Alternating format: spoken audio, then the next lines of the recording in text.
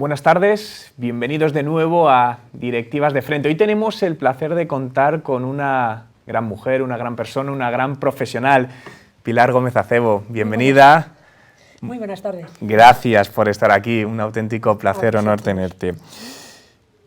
Bueno, licenciada en Ciencias Políticas, Sociología, máster en Recursos Humanos, Dirección de Empresas, conferenciante internacional, presidenta de honor de FEDEPE, vicepresidenta de CEDE, vicepresidenta del Club de Consejeros y también del Consejo de Madrid Women's Week. Has trabajado en la gestión del cambio con Andersen Consulting y actualmente presidenta de Placement Center, ¿no?, donde apoyas en toda la parte de consultoría. Has escrito varios libros, colaboras en medios de comunicación escribiendo, ABC, Expansión, El Mundo. Pero yo quiero saber quién es para ti Pilar Gómez Acebo. Pues no es fácil, entre otras cosas porque mi madre se murió sin saber a qué me dedicaba.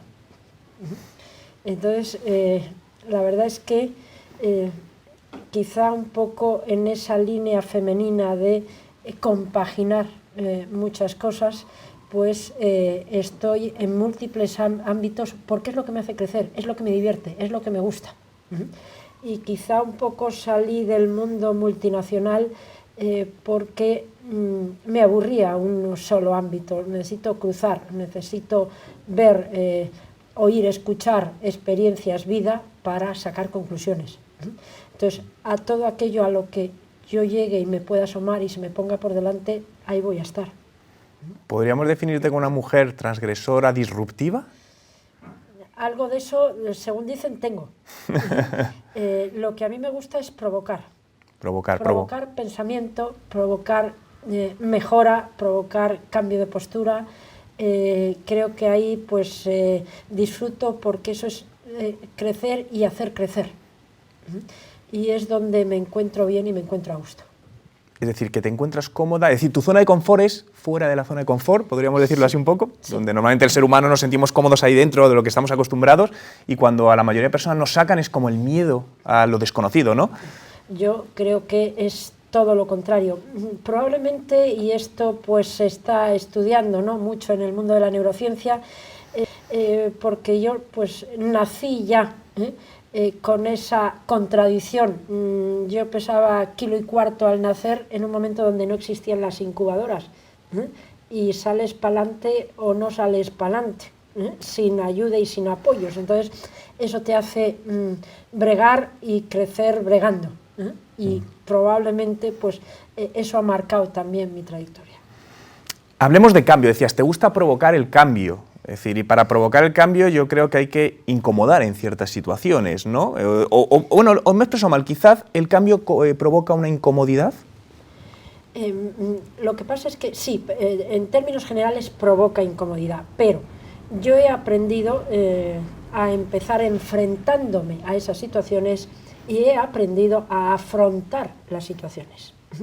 Es decir, a que la persona se sienta cómoda cambiando y no se defienda del cambio. Eso es todo un proceso de aprendizaje, porque normalmente los cambios se proponen, quítate tú que me pongo yo, y no se trata de eso, porque eso además es una cortedad de miras absoluta, sino que el cambio tendiendo la mano, viendo un poco cómo crece la otra persona, es lo que más te hace crecer a ti. Ese proceso es un poco lo que yo considero que he sacado de toda mi trayectoria. Pero, siguiendo hablando de cambio, fíjate, he traído un libro, se llama Gestión del Cambio, de Juan Ferrer, que lo he leído, ¿no? Y claro, creo que la gestión del cambio, estuve hablando hace poco con él, me decía que las empresas necesitan adaptar el cambio interno, ¿no? Desde tu punto de vista, ¿cómo inculcas el cambio en las empresas, desde dentro? Es decir, ¿cuáles son las cosas más importantes, los distintos perfiles que hay? Porque creo que las empresas a día de hoy necesitan aprender a gestionar este cambio. Por supuesto. A mí no me gusta hablar tanto de gestión del cambio, que es cierto en un marco general, cuanto de aprender a modular personas. El cambio es una consecuencia, no una causa. La causa son las personas y en consecuencia hay cambio o no hay cambio. Entonces, si no tocas causa, no modificas consecuencia. Por tanto, la clave es en el acercamiento y aproximación a las personas. Y esto se sabe, es decir, empresarialmente se sabe que el 80% de los resultados es fruto de las relaciones, no de los hechos. Los hechos vuelven a ser una consecuencia de cómo se producen esas relaciones. Por tanto, uno de los cambios que hay que producir es dejar de gestionar los qués para empezar a gestionar los cómo se hace lo que se hace. Y eso se traduce inmediatamente en los resultados. Una de las traducciones a ese cómo, por ejemplo, es aprender a relacionarnos y a comunicarnos por preguntas. Vale. No por afirmaciones, no por argumentaciones, que nos vamos a enfrentar. Estrategias de coach, preguntas. Vale, llámalo estrategias de coach, es asimilable a lo que queramos porque es algo tan amplio como el ser humano. Es profundizar de verdad en el ser humano por dentro. Has dicho algo para mí muy importante y es el ser humano, que empresarialmente cada vez como que tendemos, notamos, yo personalmente noto que se valora menos, ¿no? Hay un famoso conferenciante internacional que falleció hace unos años, que es Zig Ziglar, que decía que tú no construyes negocios, tú construyes personas y las personas construyen los negocios. Claro. Creo que eso, no sé si se está perdiendo, se ha perdido o lo hemos tenido alguna vez. Vamos a ver, pues es que cada X tiempo se pone de moda eso de gestionar personas. Yo tenía un amigo abogado que, bueno, pues un poco le perdió ahora la pista, pero trabajamos juntos una época y decía, cada vez que un presidente me dice lo primero en mi empresa son las personas, dice, ya sé que son lo último. Y que están machacadas, destrozadas. Bueno, pues no hagamos moda de esto de gestionar personas. Hagamos y profundicemos en la realidad de gestionar personas. Y esto no es cómodo porque no vale lo de ayer para mañana. Es que cada día ambas partes tenemos 24 horas más encima, que nos provocan reacciones distintas. Y que para eso, y por eso las preguntas, hay que escuchar antes de lanzar más de lo mismo. Escuchar, importantísimo. Mira, tuve un profesor que me dijo que si tenemos dos orejas y una boca es para escuchar el doble de lo que hablamos. Ahí duele. Y creo que tenía mucha razón y se me quedó grabada esa frase. Pues añade otra cosa, tenemos también dos ojos. Bueno. Para observar y escuchar las dos cosas. Y además se sabe que las dos claves actitudinales en las que no se enseña, pero desde chiquitines, no solo en la empresa, a la gente, es en la observación y la escucha, que es donde está la clave de la toma de decisiones. Y de hecho, en los cursos especializados en Estados Unidos, a los grandes negociadores los forman en observación y escucha. Y es gente que no entra al debate, que no entra a la pelea, sino que se retira un poquito hacia atrás para observar, escuchar, incorporar y poner la pauta final y llevarse el gato al agua. Porque la información es poder, el típico. Entonces, al final, si escuchas, permites tener datos para poder actuar. Cuidado, cuidado. Yo no reduzco a la información. De nuevo, en la información no está la persona. No. Es la comunicación, donde sí está la persona. La información es una cosificación de la persona. La comunicación no. O hay persona o no hay comunicación. Persona. Recursos humanos. Hablamos, se supone que los departamentos de recursos humanos en las empresas gestionan personas. Digo, se supone. ¿Crees que realmente a día de hoy los departamentos de recursos humanos en las empresas se dedican a gestionar personas? Ha habido una época donde, bueno, pues cuando los directores de recursos humanos, yo en una de las empresas ocupé una posición, llegaron al comité de dirección. Bueno, pues lo que hicieron fue jugar a lo mismo que el resto de miembros del comité de dirección. Entonces, no es lo mismo un director financiero que maneja números, no es lo mismo un director de marketing que normalmente maneja productos y técnicas para los productos, que un director de recursos humanos, que en el mejor sentido de la palabra maneja personas.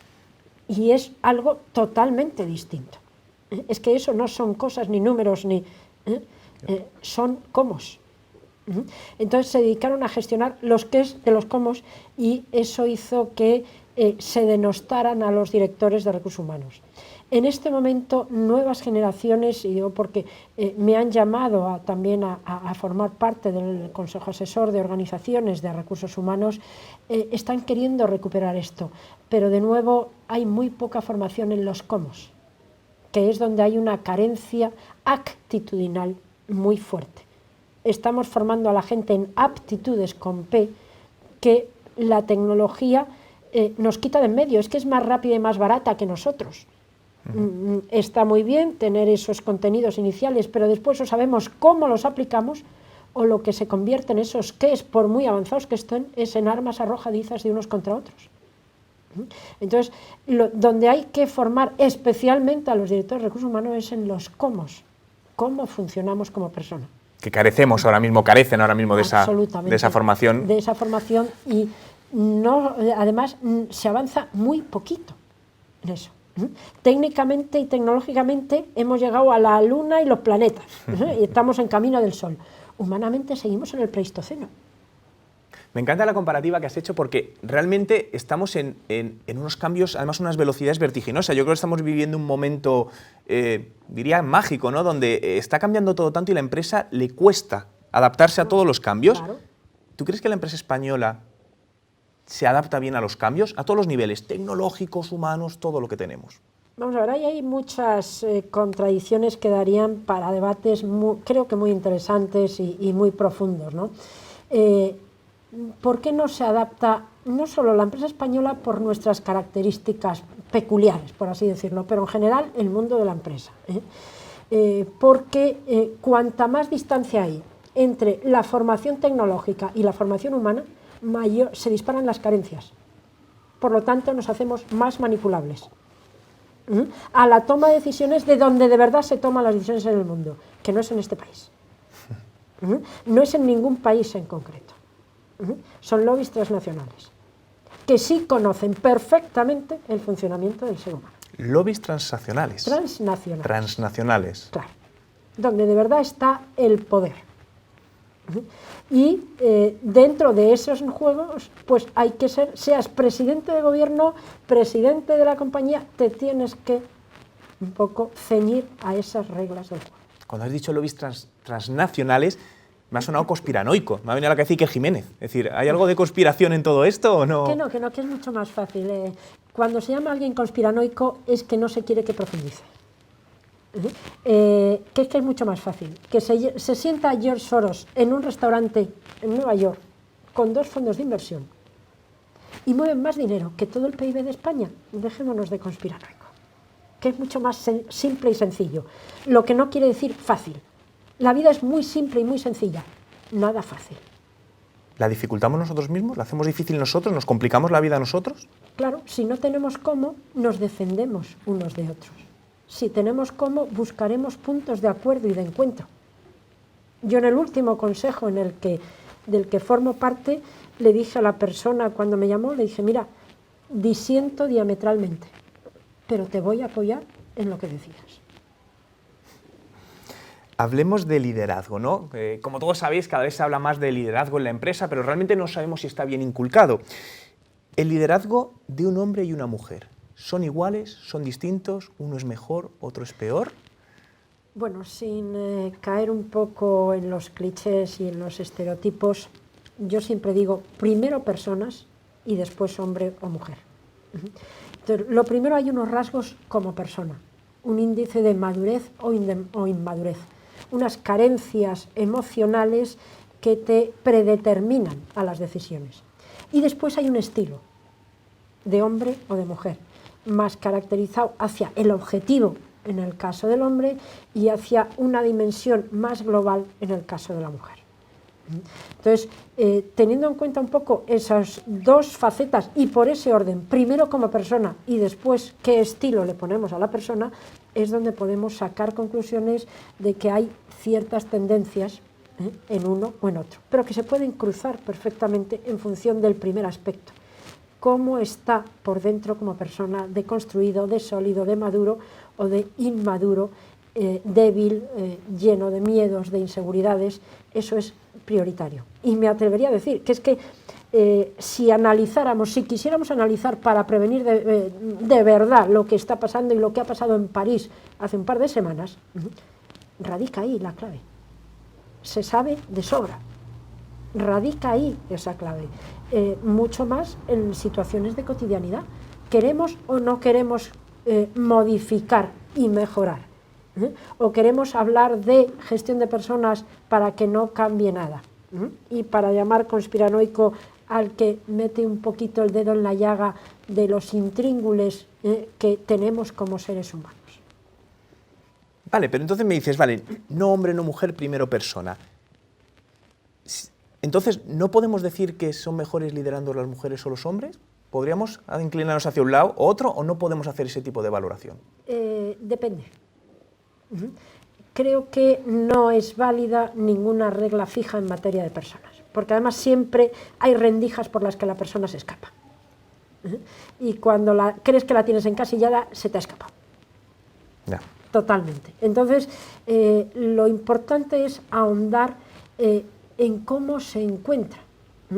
Yo ayer mantenía 2 reuniones donde en una de ámbito empresarial, vamos a decir de alto nivel, se respiraba absolutamente el ego en la reunión. Solo y todos los comentarios y respuestas eran en función del ego. El ego de las personas. El ego de cada uno de ellos. Y sin embargo una segunda, más de ámbito de investigadores de la realidad, donde el trasfondo de esa reunión era aportación. Ahí va lo mío. Esto es hasta donde he llegado. Y entonces era un clima absolutamente constructivo. Y en los dos había hombres y mujeres. En mayor un ámbito que otro, da igual. Luego, es que lo primero es el cómo se plantean. Hay una inmadurez que obliga a decir, aquí estoy yo, estirar el cuello y pobre del que lo estire más que yo. O, ahí va lo mío, allá tú, si no devuelves, tú te has salido del juego. ¿Se juega con el miedo? Absolutamente, hay muchísima gestión del miedo en estos momentos. La crisis se ha basado en la gestión del miedo. ¿O imposición del miedo? Si no funciona la gestión, imposición. Es el paso subsiguiente, lógicamente. La crisis no ha sido ni económica ni financiera. Que me perdonen todos, y nadie se ha atrevido hasta ahora a sacarlo a escena. Ni económica ni financiera. Ha sido una crisis humana y, en consecuencia, sí económica y financiera. Mientras no se toquen las causas, no se modificarán las consecuencias. Crisis humana, me parece algo súper interesante. Y os invitamos a dejar vuestras opiniones en el hashtag #directivas de frente, diciéndonos qué os parece todo lo que estamos comentando, porque yo creo que es súper interesante. Mujeres en la empresa, en la familia, en el ámbito personal, ¿igualdad o diferenciación? Es decir, al fin y al cabo, ¿somos iguales o somos diferentes? Vamos a ver, es que la igualdad se consigue desde la diferencia. Problema. ¿Somos conocedores de nuestro diferencial? Que es donde hay unas grandísimas carencias. ¿Nos damos cuenta que, por ejemplo, en el mercado de trabajo todo el mundo se pelea por lo que es igual a los demás? Por lo que es igual a los demás. Títulos, idiomas, puestos, empresas, poco más o menos todos iguales. Los que pasan un primer filtro de currículum. Y sin embargo, los especialistas en selección y en headhunting tienen una pregunta crítica para estos procesos, y es, tú eres el número X, o si estás en la terna final, han venido antes y después que tú otra persona que cumple los requisitos igual que tú. ¿Por qué me quedaría contigo y no con los otros? Y la gente se queda en blanco, porque no tiene el diferencial único, exclusivo y irrepetible. No somos conscientes de que no hay dos personas iguales en el mundo. ¿Por qué luchamos en lo que somos iguales? Porque ahí se consigue el enfrentamiento. Y no es casualidad, sino causalidad, que en este país, y esto me lo explicaba el presidente de una gran compañía del IBEX 35, que ya está un poco, pues ya en vía de salida, pero nos queríamos mucho y a mí me tenía mucho aprecio, y siempre me decía que los seres de los más inteligentes del mundo somos los españoles y los italianos. sobre todo en Europa, pero él lo agrandaba al mundo, pues ojalá, ¿no? Pero no es casualidad que tengamos uno de los mayores índices de superdotados del mundo y en el último análisis de autoestima de Europa seamos los últimos. No conocía ese dato. No es casual, es causal. Y ese causal es que alguien que se sale del mapa en cuanto le das un poco de cancha, si es con autoestima además, barre. Entonces, ¿cuál es la forma de rebajar un poco las aspiraciones? Baja autoestima. Y es una de las mayores carencias en nuestro país, la baja autoestima de las personas. Y la baja autoestima es por el autodesconocimiento, el grandísimo nivel de autodesconocimiento que las personas tienen de sí mismas. Yo siempre les digo en muchas conferencias y procesos, días de trabajo con equipos de dirección y demás, digo, ¿cuántas horas lleváis de formación? Tropecientas. ¿Cuántas horas lleváis de vosotros mismos? El índice de éxito y a donde conduce el éxito, que es al triunfo de uno mismo, es directamente proporcional al número de horas que uno tiene de sí mismo. ¿Podemos decir que consigues lo que proyectas? Hay muchas teorías al respecto, de visiona cuál es tu objetivo y hacia él llegarás. Al final también es muy cierto que alguien, por ejemplo, te ve guapo, te ve bien, si tú te sientes. Es decir, tienes que sentir las cosas para transmitirlas. ¿Estamos hablando un poco de que el éxito va por lo que tú sientas o lo que tú quieras proyectar? Sin ninguna duda, con todos los filtros al buenismo de todos los montajes que se están haciendo con eso, que se está manipulando a la gente. No, es que de verdad, si tú le provocas lo mejor que lleva dentro, esa persona está condenada al éxito. Pero eso requiere momentos de incomodidad, porque crecemos gracias a la contradicción. Y como en el libro de resiliencia, Gestión del naufragio, sí un poco en las investigaciones que hicimos se demostró que todo ser humano pasa por 2 o 3 grandes vicisitudes en la vida o adversidades, llámalo como quieras. La resiliencia es la capacidad de resistencia a la adversidad y darle la vuelta, sacar lo bueno de lo malo. Y ahí es donde está el éxito, y ahí es donde está la clave de hacer persona segura, consolidada, que madura día a día y que gana en autoestima. Pero de esto, pues, horas, minutos o segundos, más bien diría yo. Es decir, que necesitamos una fuerte autoestima para conseguir. Pero me ha llamado la atención 2 palabras que has dicho, condenado al éxito. Me suena contradictorio, es decir, condenado suena negativo, éxito positivo o no. Condenado, uno se condena a lo que quiere. Que no tiene por qué ser malo. Claro, cada cual que decida. Se condena al éxito o al fracaso en función de cómo se utiliza a sí mismo. A favor o en contra de sí mismo. ¿Qué opinas de la intuición? Yo personalmente creo que la inteligencia más potente que tenemos es la intuición, o comúnmente llamado corazonada. Muchas veces a todos nos ha pasado que algo te decía, no hagas eso, no lo has hecho y te has arrepentido, o al contrario. ¿Crees que realmente esto es una inteligencia no demostrada muy potente en la toma de decisiones a distintos niveles? Mira, yo un poco he analizado quién ha estado, digamos, comandando en las empresas durante décadas, ¿no? Y los primeros que llegaron un poco a reinar en las empresas fueron los ingenieros. El mundo de los ingenieros. ¿Por qué? Porque había que producir, lógico. Y ellos crearon un lema para mantenerse que es lo que no es medible no es mejorable. Cuando hoy se ha demostrado que precisamente lo mejorable está en lo no medible. Lo mejorable está en lo no medible, pero en la empresa nos enfocamos en que hay que medir todo para ver si esto como funciona. Consecuencia. Malo el que lo hace como causa. Y directamente achacable a los resultados. Gente magnífica no consigue resultados y gente que no da un palo al agua consigue resultados. Que me lo expliquen. Que me expliquen cómo se consigue quebrar uno de los países más ricos del mundo como es Argentina. Si medimos de entrada, se sale del mapa.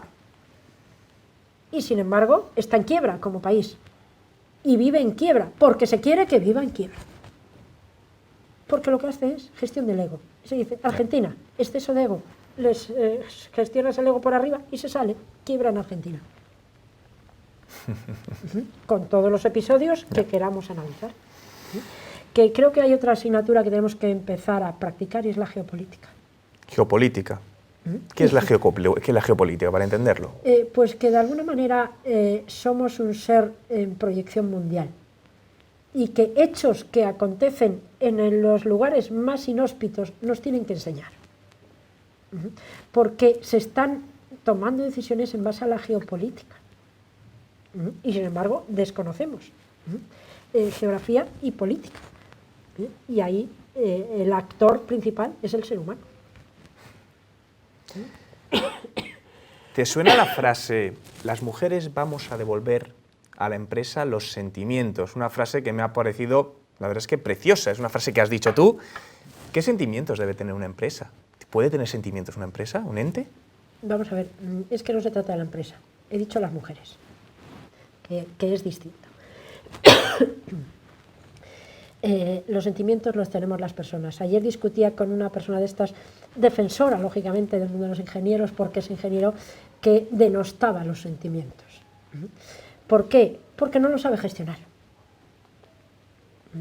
Entonces, el sentimiento es la mayor fortaleza que tenemos. El sentimiento. Claro. Pero la gente no sabe sentir, tiene pánico a sentir.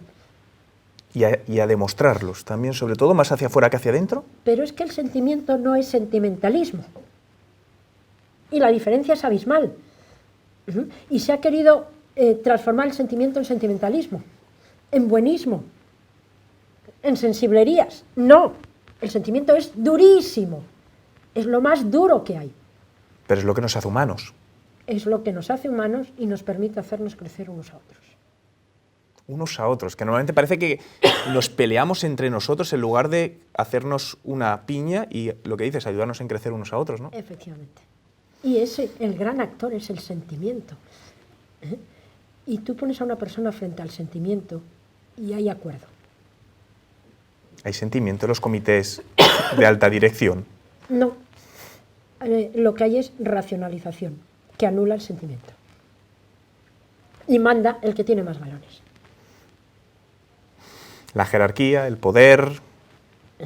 Sin embargo, aquellas empresas que de verdad están funcionando y creciendo no tienen miedo, pues, desde poner a su lado gente mejor que uno mismo, poner consejeros independientes.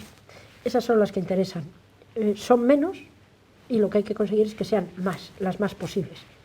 Pero la inmensa mayoría está en el otro terreno. Otra gran frase que has dicho. El gran reto está en la fusión entre economía y personas. ¿Te refieres a la economía, te refieres a que la economía deshumaniza, nos hace egoístas, ambiciosos, sin escrúpulos? ¿El poder y el dinero corrompe? Vamos a ver.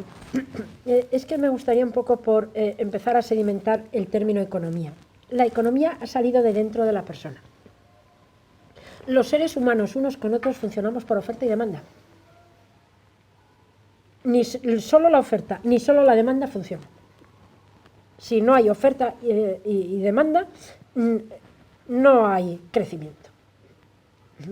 Y eso funciona en las relaciones. ¿Por qué no somos capaces de aterrizar dentro? Ayer, con grandes investigadores del CSIC, una de las frases que yo aprendí de ellos es todo está en la naturaleza. Es que también todo está en la naturaleza humana. ¿Por qué no sabemos nada de la naturaleza humana? Entonces, es que esa economía entre nosotros genera crecimiento o decrecimiento, que es lo que estamos haciendo entre las personas. A mí, cuando voy fuera de España, muchas veces me dicen, ¿pero por qué los españoles estáis siempre cabreados unos con otros? En vez de aprender a, pues eso, provocaros crecimiento. Eso permite jugar con un país que, repito, si no, se saldría del mapa. Es decir, que no nos apoyamos, en lugar de crecer apoyándonos unos a otros, parece que vamos de manera individual. Y es que, si nos damos cuenta, la educación y la formación ha estado focalizada hacia ahí. En Inglaterra, que luego pues tienen otros defectos, por supuesto, pero entrenan a las personas de chiquitillas a trabajar en base a lo que sí son como personas. Y por eso lideran el mundo económico. Aquí nos han enseñado durante muchísimos años a mejorar en lo que no somos. ¿Cuántos procesos de formación en la empresa están dirigidos a perfeccionar y hacer cosas en aquello que no se nos da bien. Es decir, que tenemos que ser más humanos, ¿no?, para conseguir claro, todo. Pero por eso se rechaza la formación en la empresa, porque para que yo me forme en lo que a ti te dé la gana, es que no me interesa. Lógicamente. Pilar, ¿qué le dirías o le recomendarías a una mujer que tiene ambiciosas metas profesionales? Que tenga ambición de sí misma, lo primero, antes que de las metas. La ambición por la ambición es peligrosísima. Es buena en la medida que te hace crecer y la controlas, por tanto. Es mala si te controla a ti. Aunque se interpreta, cuando hablamos de ambición, se interpreta como malo, la ambición negativa. Yo tuve, una vez hablando con un directivo, me dijo, la ambición es buena siempre y cuando la dirijas a través de la paciencia. Y me encantó esa frase. Paciencia, serenidad, reflexión. Absolutamente. Es que si no, tienes pues al pequeño Nicolás. Le ha manejado absolutamente. Ya teníamos que hablar de él, ¿cómo no? Sí, tiene que salir, pero creo que es una persona que puede aprender, y que la persona que aprende de sí mismo se le perdona todo. El que no y ya se refugia en la torre de marfil ese pues ya va a trompicones toda su vida. Mira, una anécdota que he visto justo esta mañana, ahora que hablas del pequeño Nicolás, he visto su cuenta en Twitter. Tiene 2 tweets. 76.000 seguidores con 2 tweets. Y uno de ayer por la noche en la cola de una discoteca, un bar donde estaba entrando. Increíble, ¿no? Yo tengo mis dudas de que se esté corrigiendo, ojalá, porque sería muy buena señal. Pero toda persona, todos tenemos pues salidas de tono, todos vamos a meter la pata, no pasa nada si es para corregir. El problema es cuando reconstruimos sobre ello. Es decir, ¿por qué hay el índice de corrupción y están saliendo todas las problemáticas de corruptos? Porque no solo está anclado en los que lo llevan a cabo. Es que los que lo llevan a cabo, la pregunta que se hacen es, ¿me critican? ¿Verdad? Pues lo que quiere decir que me critiquen es que ellos en mi lugar harían lo mismo. Por lo tanto, para eso lo hago yo, que no ellos. Entonces, ¿qué quiere decir? Que de alguna manera el no hacer frente positivo a la corrupción engorda a los corruptos. Yo siempre digo, dame corruptos, quítame ineptos, porque los ineptos engordan a los corruptos. Se alimentan. Claro, y esto lo hemos visto en muchos gobiernos donde lo hemos analizado. Muy interesante hoy, Pilar. Un placer estar aquí contigo. Pilar Gómez de Acebo, en serio, ha sido maravilloso todo lo que nos has dicho, puntos de vista, nos has dejado haciendo pensar muchas cosas al respecto y no puedo decirte más que 1000 gracias por estar. Gracias a vosotros y que sigáis en esta labor de provocar, ir a más. Bueno, pues desde aquí nos despedimos con Pilar Gómez Acebo. Os invitamos a decirnos todas vuestras sugerencias, personas que queréis que entrevistemos en nuestro hashtag #directivasdefrente. Un placer y hasta la próxima edición.